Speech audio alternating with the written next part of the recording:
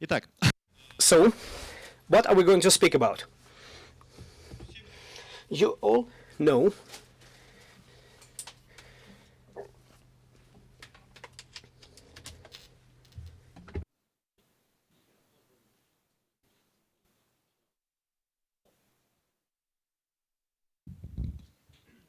так гораздо лучше.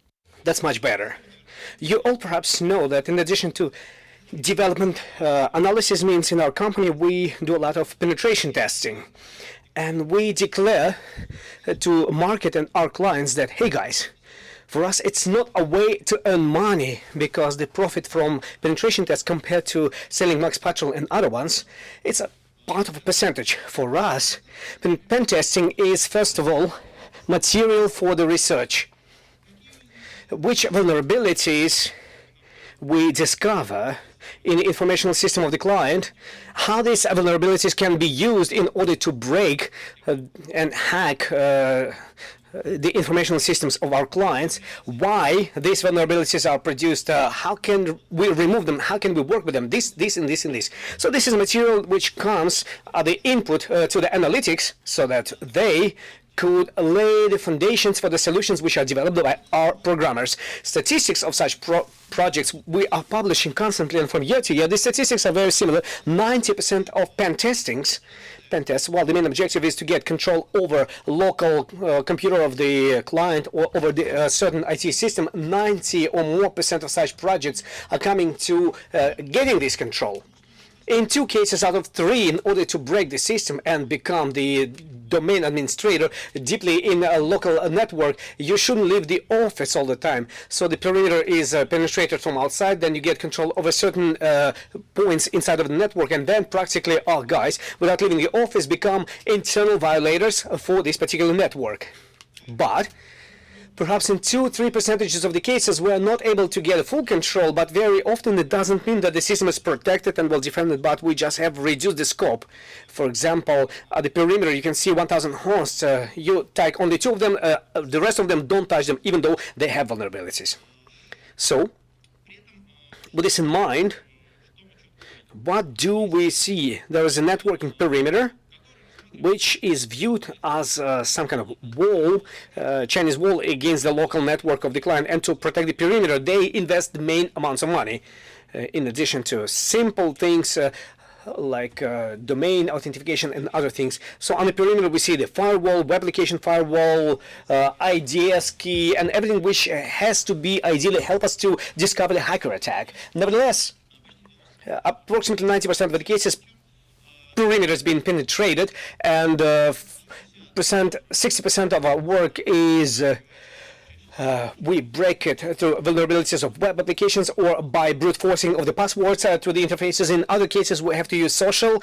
Social science works all the time and has never failed us. We never had a case when we're unable to find users inside of the network who will open a letter that was sent to them, and this user at the working place will always have a certain number of vulnerabilities which will help us to get control over his computer. With this in mind, if the 6 to 7 years ago, in order to break the information system, one had to strongly tune up the toolset for himself in order to analyze the protectedness of the Wi-Fi network, you had to compile the Linux kernel, then you should tune up the drivers of the wireless cards. Right now, toolset is so simple that even a schoolboy can work with it. We had a case when I've been speaking with a pen tester girl with a very good experience of doing pen tests, and she was telling how she was catching passwords in a network. I start KNL, I press the button, here they had the passwords. So it's hard-proofing. How does it work? I don't know. She didn't even know how the protocol Ethernet is built, how it works, why it works this way. She just presses the button and she's a profi. In some cases, we truthfully have to work a lot, but nevertheless, especially in order to having the access to the router to reveal the tree of routing in the network, it's not a basic objective, and this can be done only by qualified specialists. With this in mind, when we do work, well, the clients of course knows that pen tests will be done, and it will be done in this period of time. And of course IT guys, they don't want to fail, and they try to do their best. They try to know the activities of the hackers, and they try to stop them. But with this in mind, the pen testers' activities, they can be discovered only in 2% of the cases, and very often the result of accidents. For example, we've been brute forcing the passwords, an account has been stopped. What happens? Oh my god. And some inaccurate movement with redirecting the traffic inside of the network, and traffic just stopped moving. Everybody start cleaning up what did happen. Irrespective of the fact that clients has ideas, has a lot of means and instruments which should help them to catch the hacker attack at the early stages, they don't work. And organized counterfeiting, we didn't see like the attack has been noticed at the early stage. Then they started the alarm, and people have determined what really happens and where does it come from and what is to be done in order to stop this criminal activity. There were cases when in server room, they haven't been working in the server room. He has his console, he tunes up something, and then he sees a message on the screen, Metasploit message window. Our guys already work inside of it remotely, and he sees some strange numbers running through it. He gets scared away. He reloads the server without telling anybody about it. Security guys learn about it from us because we say, hey guys, see, the server was reloaded. We assume that it was noted, and we inform them that this activity did happen. Even though it should be vice versa. Security guys should tell us, hey guys, we have noted you. The set of problems that we see on the side of the clients is the similar set of problems, and it's a result of the pen testing. We can list with big level of probability. We can tell you in advance the results of this. Vulnerability of web application, it's a common problem. The problem of passwords and protection, 3% in any company, respectively to how well you have set up the domain policy in the company. And complexity of the passwords, 3% of users, due to different reasons, they use word passwords. For example, administrator has given this password to them, they don't change it.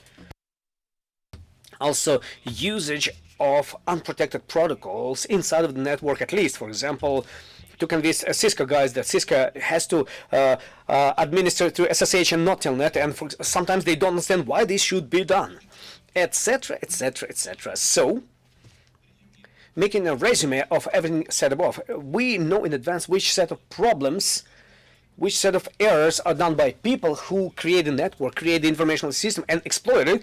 And we, as a rule, in advance do know how can we use these problems in order to penetrate this network. At the same time, this is a technical side of the question, but there's also ideological side of the question, why the defending side is not able to fight against the hacker's attack. One of the problems, and it's a very serious problem, especially for the big companies, very often the defending side doesn't know what they should defend. The security guy of the big bank, he knows that he has the ABS, automatic banking system, you know, all the passwords, and he knows nothing about this banking system. The maximum he knows that IT guys have told him the list of the servers which are the part of this informational system. BIS, Banking Information System, and he knows that this system is made on a DSO 4.4, but which models are part of the system, he knows nothing about it, and he have never learned to use them. And very often the defending side doesn't know about which informational flows are running between the servers, which relations permitted and which are not permitted, and which has to be looked at as anomalies, which data is being transferred, which routers and commutators are using in the process of transferring this data, etc., etc., etc. Very often, security guys in the company learn about how the systems, well, they learn from our pen testers when they have analyzed after the pen test, post-pen test analysis. Well, this is one side of the problem. The second side of the problem is that defending side very often doesn't know how the attacker behaves. They read the standard model of the violators. You see, hacker can... Well, knowing the project documentation of the system, hacker can find vulnerability in it. Well, knowing the source code, hacker can find vulnerabilities in it. But which tool set has been used, which possibilities hacker does have and which doesn't have, he doesn't know. Which set of activities usually is being taken by, for example, there's an application, there's well-known types of vulnerabilities, and how can you find the SQL injection and how to exploit it, and which logs will stay after these activities. Well, the defending side does not know about those things. So all the set of tools which is needed to discover a hacker attack is available, but if the hacker is not noticed until the moment when somebody will not inform, hey guys, the main portal was defaced and your money are leaving the client's accounts and you don't even know about that. So I'd like to say that the root of all these problems, the problem is rooted in the fact that reacting to attacks principally is different from preventing attacks. And usually security guys are defined for the second one. In order to prevent networking attacks against certain protocols, it's enough to put a firewall which will cut out 90% of the vulnerable protocols while 10 will still stay.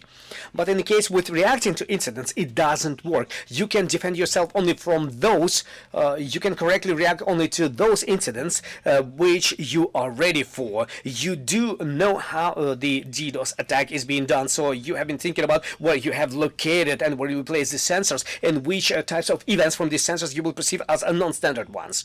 Moreover, in addition to react to the attack, you don't just need to properly note it, but you also have to know what is to be done, who should be raised, and how much time do you have in order to react and to remove the attack before the network will fall.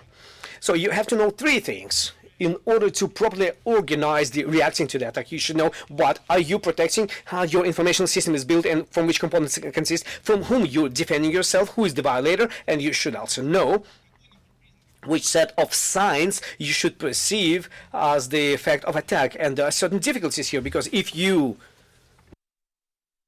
will react to everything, you will have too many false positives, and at the end they will tell you, hey guys, you just take a lot of our time and nothing happens. But if you will have a very high threshold, you will pass the attacks, and then reacting to incidents will not be effective as well. So as a consequence, what do we do right now? We are developing the product line which helps you to solve all these problems. Well, I'm not going to advertise them. We have announced them to our clients, but the main principles which are inbuilt in their operations, well, I'm going to tell you about them. So the first that we face when we communicate with the client, there are clients with very competent security guys who do know in principle what do they want to get and from whom they are defending themselves. But it's approximately 20%. 80% of the companies, when we talk to them, we face situations, very common myths that, well, our system is isolated from the external world. Well, I can believe that, but honestly speaking, you know, from the experience from real life, I can see totally different situation. Or when we speak that common user can redirect the traffic and find the password of the user, they say, well, our users are not so competent to do that, even though I know several accountants who've been entertaining themselves that from their colleagues in the accounting, they've been catching their passwords of Vkontakte, Odnoklassniki, and other social systems. Yeah, they were sisters and relatives of our employees, but nevertheless, this qualification is sufficient, and you can expect it from different people. In our pen testing group, we did have very qualified specialist who, by his education, was a financial revisor, not IT guys. You know, breaking was his hobby that he was having during his free time. So what do we see in reality? The production management system, we see that there's an office segment, everything in separate VLANs, processing of plastic cards, or system separated in a separate VLAN, there is no routing between them, and client thinks that interrelation is impossible and computer attack is also impossible. Well, the topology does not permit them for that. But if you look at this automated process control system more carefully, you will see that in Office VLAN there's an administrator who's just too lazy to run from one building to another to retune, reset the server. So his workstation, he was added to the same VLAN where the administrated system is located. Yes, direct routing between these systems is not available, but his machine became trunk between them. So we get the control over this machine, and the next step, we already have the networking access to the SCADA system.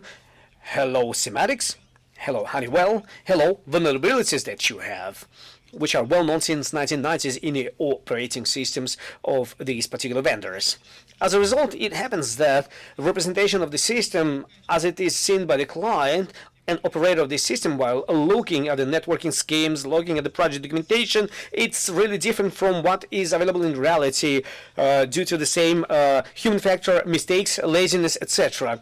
So in order to defend yourself, you should understand that this bi-level attack is a normal thing in life, and that in a second of all, you should understand how really the equipment is being preset in your company and whether this attack is possible, which is the route of the attack.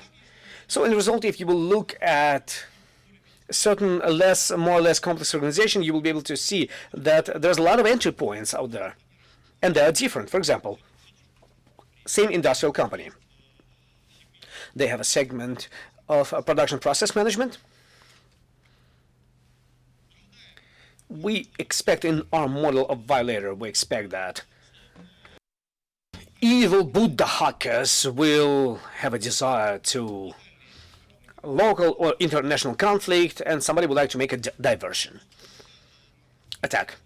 And honestly speaking, these threats also should be looked upon. But nevertheless, which are possible ways of attack realization? Well, the stupidest way is getting connected to telecom channels in the segment of APCS, automated process control systems, or the equipment is being transferred to the wireless management. So using those wireless protocols, and as a rule, in principle, they don't have any mechanisms of protection because, first of all, they are connected for the speed of data transfer and minimization of delay. This is the most obvious way. It doesn't work very often because there is controlled zone, outside of which radio signal you will not be able to catch it and you will not get access to the radio system. But nevertheless, okay, you cannot do it directly. The office network, and theoretically, it is separated from the segment of the automated process control system, but the same human factor wrongly set up a firewall machines which become trunking between two networks, etc., etc. So we get the access to the office segment, for example, in a result of the external attack,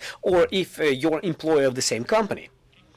Then you go to the segment of PCS, Automated Process Control System, and for the management of the equipment, they use kiosks, where the terminals that work in kiosk mode, and user cannot do anything clever with them. He has the interface, and he does only what is permitted, but it's interesting. But there's a lot of vulnerabilities which allow to get around this kiosk mode, to get to the command line, and use this terminal as a regular computer. If you cannot do it this way, there's a more complex way, the attack from outside with the usage of social engineering to the desktops or the office segment, or with the usage of vulnerabilities of web applications or errors in remote access settings on the terminal servers of the office segment. As a result, the attack against the end automated points are good attacks against well-known vulnerabilities. Therefore, in order to model the behavior of the violator, you have to know these typical vulnerabilities. You should know how they are being used and know which tool set should be used by hackers against that. And the volume of knowledge is a very big one and requires certain qualification. So what do we know about violators? When we read certain model of threats of a certain commercial company or the state organization, we do see that violators can be employee of special services which can influence the producer and put a certain software insert into the equipment or into the operating system. Well, in the practice, in real life, when we truly want to build normal reaction to the threats, as the head of my previous company have told, be practical, he said. We should look at some practical assumptions. You can assume that the attacker will use some clever possibilities and clever software, but we should come with an assumption that a violator is a 20, 30-year-old young person with a very high level of curiosity, and he uses tool set which can be freely downloaded or you can buy for very small money. But yes, these tools can be expensive, but it's in free distribution, of course, with certain assumptions. So if we will take for the basis this particular assumption, then the tool set that is being used by the hacker becomes understandable. Then Metasploit, Harley Canvas, Sunsploit,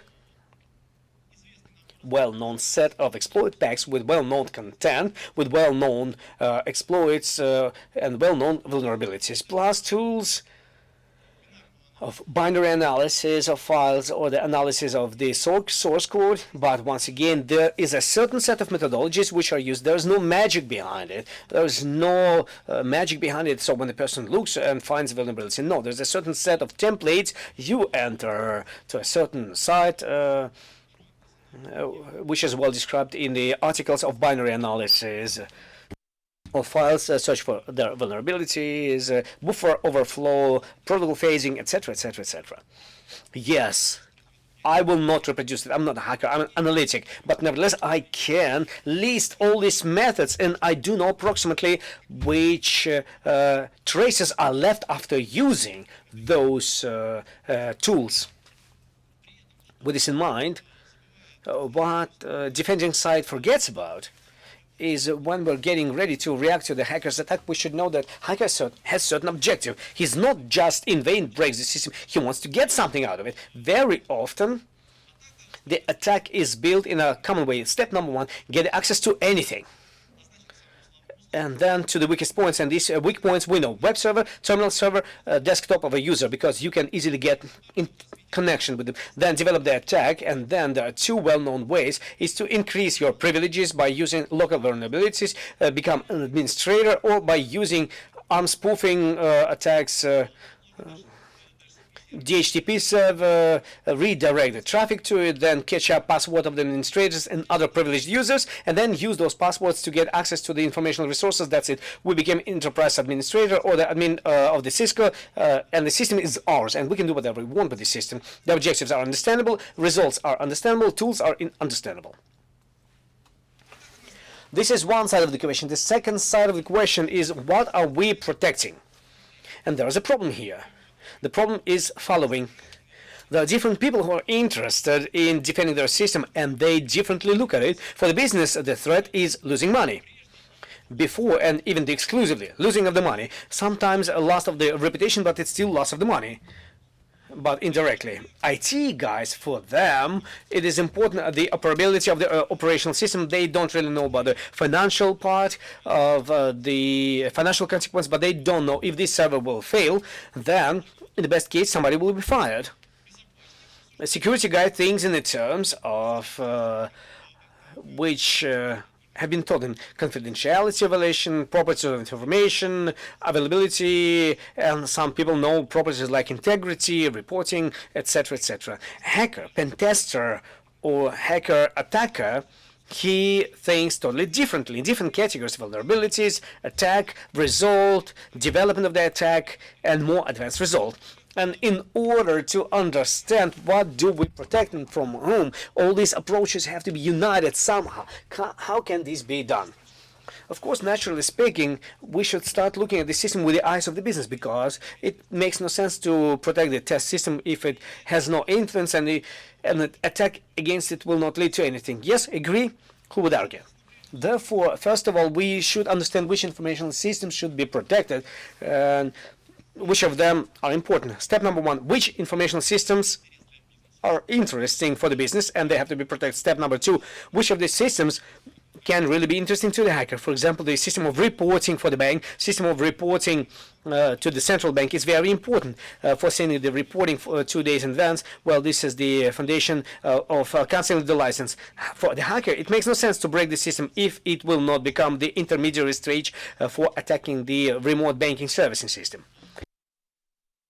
So, first of all, we have to look at the business. We should look at the business results, and then we should identify the main informational systems. Step number two, we should look at the system with the eyes of the IT guy. We have identified system, yes, very good. Then we should understand from which service it consists, which informational flows are running between them, etc. Step number three, we should look at the system with the eyes of the hackers. Because once again, in the perception of those people who develop the defense, it's considered that a hacker looks at how the information system is built, and he knows which joints to attack, which points to attack. But it means nothing for the attacker. Attack system is a black box, which he doesn't know how it's built. For him, it's just a set of routers, servers, working stations. First step, he attacks something which is vulnerable. Second step, he attacks its neighbors, gets control, and step by step he gets more and more control. And in order to get complete control of the system, he starts to understand which profit he can get from this. Oh, this is a remote banking service system, and I become an admin of this system. I wouldn't say that it was funny and interesting, but my favorite incident in the year 2012, it was an attack against one of the American processing banks. When the attack was done the following way: so the guys sitting in their apartment from a Fortune Top 100 magazine, they took a list of the most rich processing companies. Then they went to their internet site, they found vulnerabilities of web applications, then they got inside, and then suddenly they control traffic, but they know nothing what to do with it. They started looking for colleagues who could write specific sniffers, which could not just listen to the traffic, but define transfer of card dumps and then pull these dumps. They were not ready for getting control over the informational flows with the card dumps, which could be sold on the black market. So for them, the system initially was a black box with weak interface, which they could use. So respectively, if at the moment of modeling the defense, we should bring together two approaches. So looking at the system from bottom up, we should identify the key points of entry, key vulnerable locations for the client, and then we should look at the system bottom up. And we have always zoo used by the company, hardware zoo, in order to get control of these key entry points. We can use these desktops, these routers, and these particular servers. But for example, the same test server, which ideally is not interesting for the hackers, can be located in the same VLAN as a remote banking service server. Simple step, and they lock credit calculators. They are located in the same segment. We attack credit calculator because for the business it's not interesting, it's vulnerable. We get control over it. Then we are in a similar network, and then we can catch traffic from the remote banking service system. So therefore, inventory bottom up is built in the following way. First, you get information about all the assets of the system. You identify all the networking points of entry. After getting all the information about them, after analyzing the configuration of the routers and switches, you build the topology of the network. Then you understand how the network is built into VLANs and not how it is defined in the project documentation, and then how the information flows are built, and not how it should be tuned up for the firewalls, but how it really works. And on the basis of this information, you group points. For example, you have the key informational system and auxiliary servers to it. You look at it as a single point because it's a single object of attack from the hacker's point of view. And then we take into consideration the info flows, because you have to understand where the protocols of control are running around and where the identification data can be used of privileged users, which as a hacker we would like to catch while doing the attack. So what does it mean, the inventory of the entry points? Well, you have to identify them, first of all. You have to identify those points differently. If you scan network with Nmap, you see the network as just set of IP addresses. If you scan it with the help of more advanced scanner, which can analyze configurations, the inventory for us will become a set of the software that is installed on those computers, the set of vulnerabilities which are available for penetration in this software, configurations, networking configuration, configuration of the security functions, because very often we can see errors which are used by the hackers. And by the way, in pen testing, very seldom we use exploits to the binary vulnerabilities. Very often only misconfiguration works pretty well. Improperly configured elements, and this is related to the following fact. Users don't permit to use exploits if something will not work, and with this limitation we have to use exclusively vulnerabilities of web applications, architectural errors, and errors of settings of certain components. But therefore, after collecting this information, we get initial data in order to build possible ways of attack against such a system. separately. It's building the topology of the network, and there's a mass of tools which can do that. For example, when I started to work 18 years ago in this field, I've been using network manager, which with SNMP was scanning configurations of the routers, switches, workstations, desktops, and I've been building topology, but it was building topology on the network level of the model on the third level. And most of the accessible tool sets, they work in the same way. But honestly speaking, you should take into consideration the mass of equations, the same second channel level, because only the analysis of routing, all these bad trunks, you will not be able to find them. This can be done only by analyzing connection of ports of the routers to certain VLANs. If you would like to analyze whether you correctly set up the firewalls, you have to take into consideration SLAs on the routers and settings of rules of filtration on the firewalls, but as a rule it's a transportation level.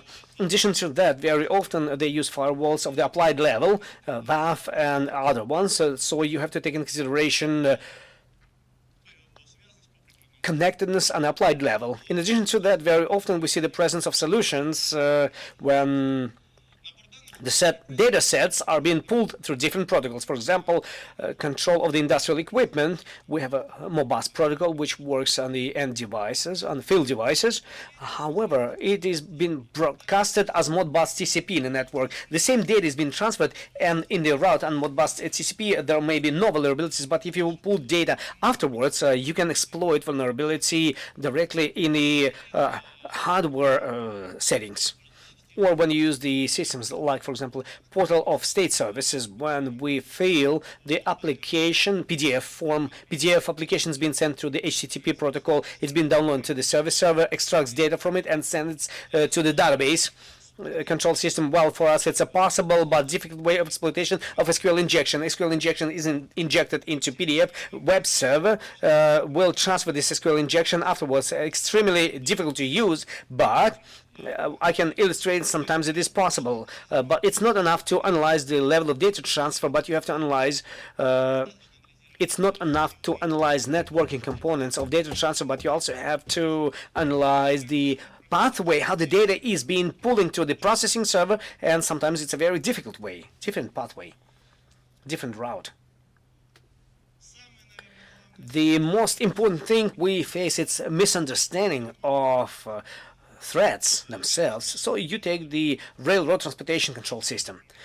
There's a train control system. They are all automated, so the machinist, he does a lot of things, but he follows the signals which are given to him by showing different lights. So from the security point of view, threat, there's a lot of documents about it. The threat of railroad transportation are the same violations of confidentiality, generally speaking. Well, it should not work like that, because we cannot adequately react to the attack if we don't understand what's going to be the result of this attack. So there are two situations. We have received control over the light, and we can give a certain light, green, red, or yellow, which consequences it may lead to. From the point of view of classical security is the violation of integrity, and there's no difference from anyway. So if you will give green light, for example, the entrance lighter at the station, it would lead that the train is on the station, the second train doesn't stop, and there's human deaths, etc. In the same situation, if you will give constant yellow light, this will lead to the fact that the second train machinist will see the signal, will be able to stop, will stop. He will see the tail lights of the stopping train. He will stop on time. Yes, this will block it's going to be financial transfers to the, but it will not lead to the human threats. And you also should take in consideration the context where these devices located, which we were able to break and attack. Yes, in the case of the station, it will look this way. If you will give green light on lights which are covering section of railroads, one side railroad, it may lead to the situation that two trains will enter the same block, and there will be implosion of these trains with the if you will give yellow light, both trains will go head to head. They will not break, but they will block the railroad without human deaths. From the railroad point of view, it's much worse for the railroad, even though it's cynical, because you will have to pay compensation to the who didn't arrive on time. Well, in the case if these trains will block the movement will stop in the railroad, and these are billion losses for the transportation company. From business point of view, it's much worse than collision. of trains. So in order to be ready to understand how fast we can react to various attacks, you have to properly understand the technology of what is being defended and what really happens in the business system. And defending side cannot do it alone. They have to apply IT guys, technological specialists. For example, in the railroad transportation systems, charters are written by the blood, and they're also been written by the blood. There's a certain set of threats which are defined in the legal documentation of those railroad companies, and all these situations which can lead to human deaths or to the stoppage of the railroad transportation, they all are defined. The same with aviation transportation, the same with chemical processes and chemical factories, oil processing factories, and pipelines, etc., etc. As strange as it may seem, irrespective to the fact that we are hackers and pen testers, even we have to learn about it when we do this analysis of defense. Therefore, we do know which consequences this attack may lead to, and in a given case, transfer of the switch under the train when it passes to a certain railroad, and we know that this attack cannot be done by one single move because the system is isolated. In order to do this attack, one should do a certain sequence of actions. So after we have done inventory of the informational system, we know from which components it consists, which networking segments, what and how it is set up. Looking at all of this, we can build graphics of possible attacks. Yes, being outside, we cannot immediately influence the microprocessor system of controlling the railroads. But the step number one that we can do, we can get access to the working station of the dispatcher on the station. Why? Because this bad guy periodically puts 3G modem into his station in order to play tanks. For example, as soon as he puts this 3G modem, because he has access to the internet, it means he is subject to social engineering, and to his working station we can download, exploit. Yes, it's going to work. There's not going to be a constant connection. It's going to work periodic, but it's enough to do the attack. If we can download the exploit on his workstation, it means that we can try to do our spoofing attacks, or if we see that on the spanning tree protocol is not being filtered, we can reroute the routing inside of the network, and we can catch traffic, for example, traffic of the FTP protocol through which they communicate. One system is being controlled. If we can get access to the FTP protocol, then we could put our own hardware, software. We see the guys who work on the railroad who are related to this system. We find the binary analysis, then we customize the software, then it does what we should do. Each step like this is understandable for us because the source for it is our knowledge about how the component is built, our knowledge about typical errors that are done on this component, and our knowledge about typical ways of using this and exploiting this error. So we can model all possible routes of the attack by building this graph simply by collecting and analyzing information from the informational system. So, if we want to be ready to react against the attacks, we should have a certain tools available. So we need the inventory. The inventory in the network is done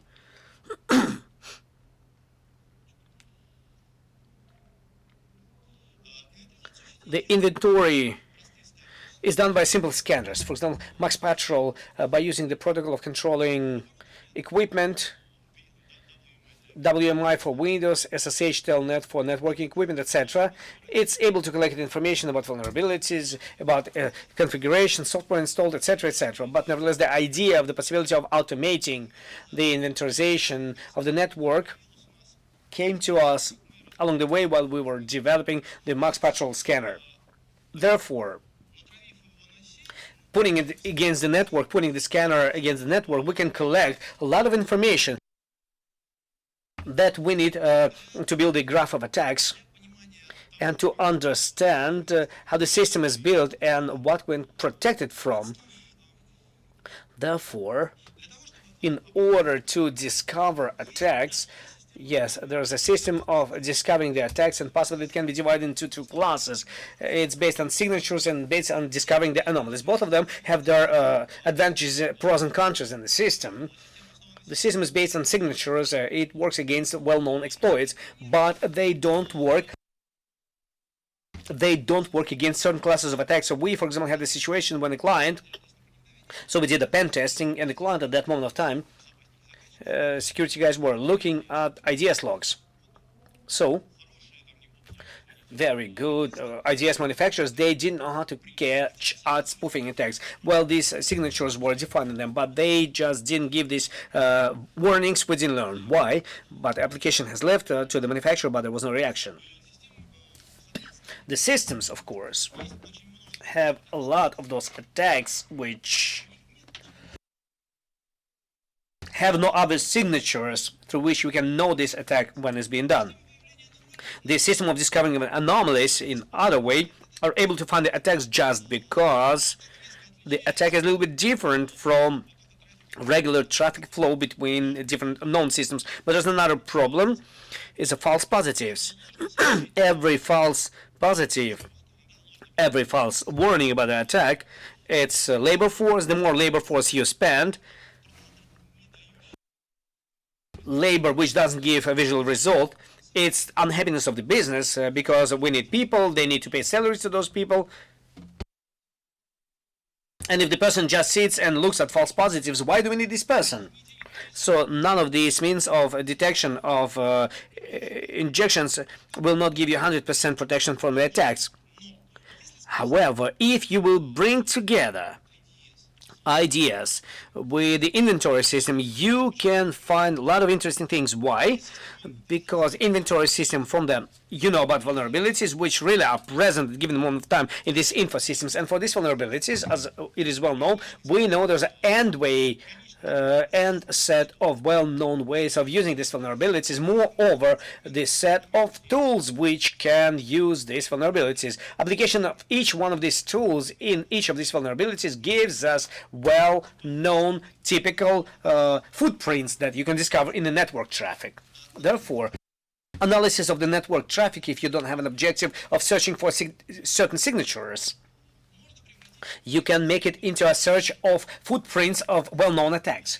So we have two data sources which you can compare one to another. In addition to that, there are logs which give you a lot of useful and good information. For example, the same IDSs, they can discover password brute forcing. From one connection, you have a big number of wrong authentication attacks. Well, this is a simple brute forcing, and brute forcing is not done this way due to application of IDS. And for example, there is a technique of temporary blocking of the account when we know 200 of the accounts of the users of the system, and we know that after 3 attempts of password setting, the account will be blocked for 20 or 30 minutes. We do know that this counter after 2 attempts will be dropped after 20 minutes of inactivity. And there is a password technique when you make 2 attempts. 2 are non-successful, then you go to the next computer, you take the list of most common passwords, so you take 2 passwords, you take then you wait 20 minutes before the counter is being zeroed, then you test 2 next passwords. This way gives you possibility of getting 3% of users which use word passwords, word-based passwords. And thanks to clouds, thanks to Amazon, thanks to resistant systems, we can rent certain number of machines in the cloud which have totally different IP addresses and totally different geolocation. I'm not speaking about botnets which are applied for this particular purpose, and these attacks will not be coming from a certain particular point. So there's no signature which would allow the network IDS and the networking perimeter to identify this attack as a brute forcing attack. But this information will be seen by logs in the service and applications. Therefore, network analyzers will be added to the log collection system. So we have 3 sources of data which allow us to analyze these attacks from 3 different vectors. So in order to compare all of this, you can use systems, CM, event correlation systems, and these existing systems have one vulnerability as a limited integration. Yes, they can work with scanners of vulnerabilities. Yes, they can analyze log. Yes, they can work with analyze traffic. But the problem is that due to the fact that these systems are developed by different manufacturers, they use different formats of messages, different data composition, and developers of CIEM have different limited capabilities from the point of view of integration between themselves. So CIEM can decompile and parse the message which is coming from ideas, for example, but not all this data which is present there can be usefully used. For example, the experience of Max Petrol with ArcSight. ArcSight takes information from well-known vulnerabilities and he cannot do anything else with it. But truthfully speaking, in the XML document that we give to them, there's a mass of other interesting things. And there's a software, there's information about settings, etc. But due to that ArcSight, in the integration part where the analysis of vulnerabilities is set up for, let's say, average possibilities of the scanner, this information is not being taken because they are not going to set up for the additional capabilities of another solution, not their own. So we need to have a CIEM which can maximally fully work with all available information which comes from all these sources. The second problem of SIEM is that the correlation of events is done in a universal way. So roughly speaking, we calculate the number of events of a certain type. When we exceed a certain threshold, we see the trigger working well. We have an incident, we have to react. On the previous slide, I've been showing you that we can build attack graphs. So we have the end set of vulnerabilities and ways how these vulnerabilities can be used, and traces which are left after these attacks. If we would have a database of knowledge which would contain and compare all of this, then CIEM could use correlations based on attack types. Very often, sequential activities of the hackers are not perceived as a single set of activities, and we had a brute forcing of the password, but in this case we had exploiting of local vulnerability. There's no sign which could a priori define the rules of correlations which would look at these actions as two steps of the same chain of attack. If we do have graph of attack, we know that after brute forcing of the password, possibly we could have 5 options of attacks, and a local exploit is step number 4, let's say. So we can, on the basis of this base of knowledge, we can connect 2 of these different events into a chain of attack, and we do know where this attack have started. It started from the brute forcing of the password. We know how it was continued. It was continued by exploiting local vulnerability, and we know which possibilities hacker has received. He became a local admin on the computer, and therefore his set of attacks, his vectors of attacks are extended by this number, by adding this, and these attacks. This gives us a possibility to automatically include additional rules of correlation and follow which other signs of the development of the attack we can find in our network afterwards. Therefore, this base of knowledge, upon the results of pen tests we are developing and we inbuilt into the product that we propose to our clients.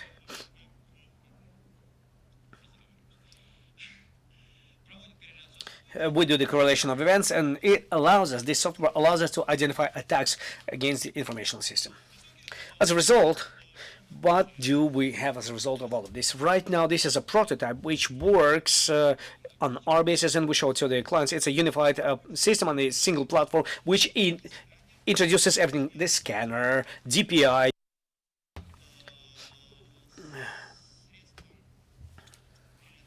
correlation of events, product and base of knowledge of vulnerabilities, vectors of attacks, hackers, tools, etc. Thanks to all of these being united into one platform, yes, you cannot defend yourself from everything, but you can defend yourself from those things which are well known, and a database is being updated constantly, and by doing this, we free the operators of the system from manual low-level coding of the rules of correlation. So well-known way of using the vulnerabilities is being automatically becomes into a certain database of correlations how to discover through different data sources the traces of this or that attack. Smart correlation. Therefore,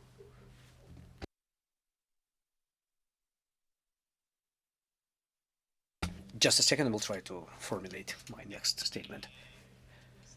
Yes, therefore, due to the fact that upon the results of this inventory, we know not only those points, but the topology of the network, including the connectedness on the applied level, knowing that hacker right now has done an attack against this particular point of entry, we do understand which other points become available to him after this particular point.